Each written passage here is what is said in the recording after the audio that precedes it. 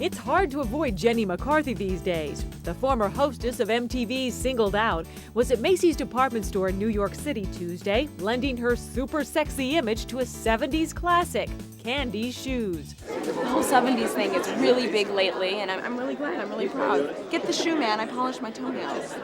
Hundreds of fans lined up hoping to get an autograph. The first 200 were lucky enough to get their picture taken with Jenny. Thanks, bye. Bye, cutie.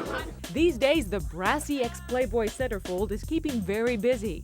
But there's always time to check out her singled-out replacement, Carmen Electra. It's a hard job to do, you know, to rustle around 50 guys and 50 girls, so I think she's doing a good job. But Jenny's career hasn't suffered since leaving the popular Singled Out. She recently signed a lucrative sitcom deal with NBC and is hosting her own MTV variety show that begins next month. I've been working every day, 17 hours a day, on this show, and it's kind of like Saturday Night Live meets Beavis and Butthead. So, you should like it.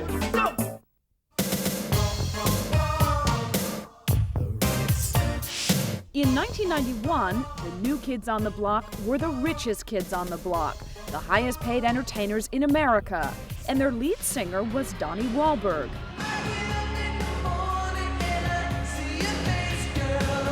But now, the pop star's singing a different tune. He's not here, Crane. He ain't here, man. Donnie Wahlberg is an actor. There came a point in my life where I got tired of doing the same old thing, and I knew I had to make a change. And, you know, that's what I did. Action!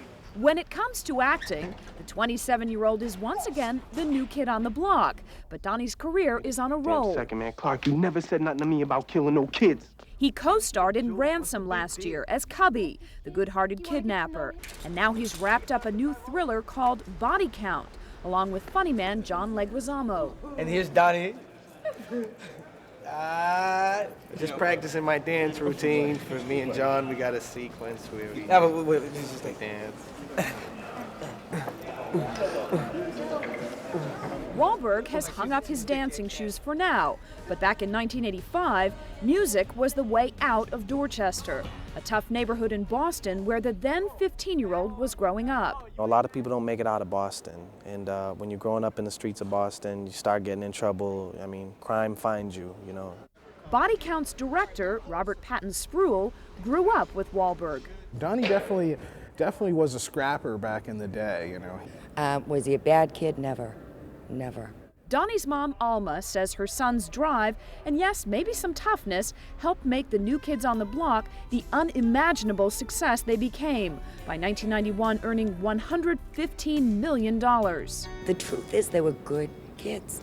Yes, Donnie was like the wild one, and maybe a little bit more daring, you know, to try this or that, but they were growing up through that.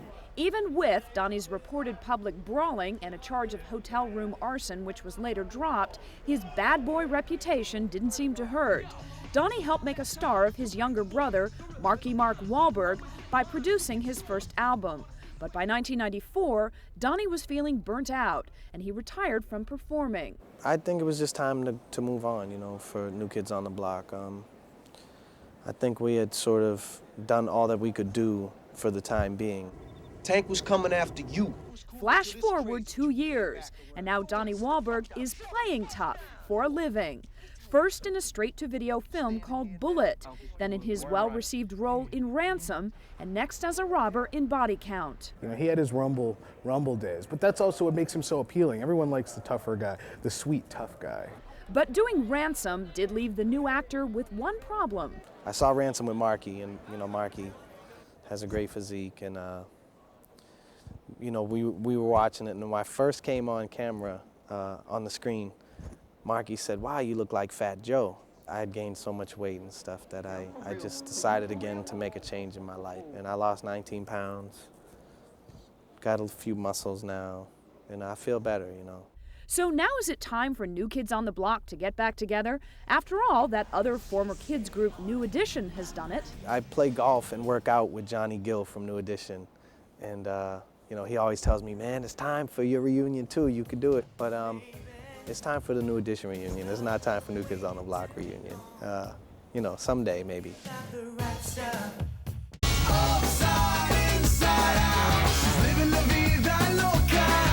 This is the summer of Ricky Martin. Not since Elvis has the sight of swiveling hips caused such a stir. So hot, beautiful, I love him. A lot of people telling you how good you are, but you can start flying and it could be very dangerous, very painful when you start coming down. But the loco scene that follows the 27-year-old Puerto Rican singer is showing no sign of coming down. Ricky's even won a Grammy and counts Madonna as one of his biggest fans. Hi, baby. Hi, love. How are you? We thought it'd be fun to take a look at this heartthrob before Ricky Mania hit. Look at me. Hi! We spent time with Ricky over the last few years, and looking at our old tapes, you can clearly see a star being born. You never know what's going to happen tomorrow. Tomorrow doesn't exist. A few years ago, Ricky could never have known the incredible success waiting for him right around the corner. But Ricky's keeping his cool, maybe because he's been groomed for superstardom all of his adult life. After all, he was only 12 when he joined the Latin group Menudo. It gave me the opportunity to know what I really wanted in life. Journalist Kathleen Tracy is the author of the new book, Ricky Martin, Red Hot and on the Rise. He has been working towards this moment really ever since he left Menudo. And it's not totally by accident. A lot of this is really planning on his part. Like all the Menudo boys, Ricky was booted from the group at age 17. But while the other members drifted into obscurity, Ricky was on a mission and became the biggest Latin star around. Lori Majewski is a senior editor at Teen People. Around the world, he was probably as big as Madonna for the longest time. But Ricky wanted to make it in America. In the early 90s, he went to Hollywood, where he won a part on General Hospital as a Latin lover. It's time for you to trust me.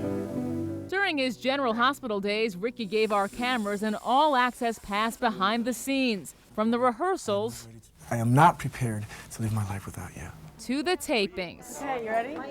Ricky was thrilled to be a Latin star, making a name for himself on American TV. The adrenaline is amazing. I don't know, I enjoy it very much, and I think this is what I want to be doing forever. Ricky's old General Hospital co-star, Carrie Shane.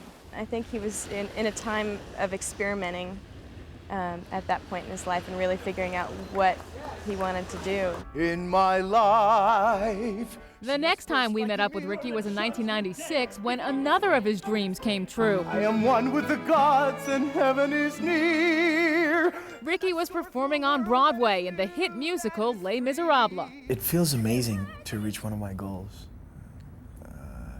but it opens new doors to things that I want to keep doing.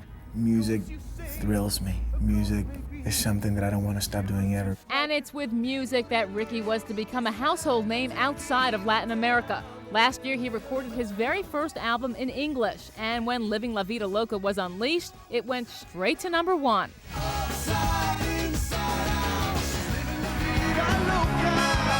Ricky's crossover success is no surprise to his old co-star. He can do whatever he wants to do because he's got that thing.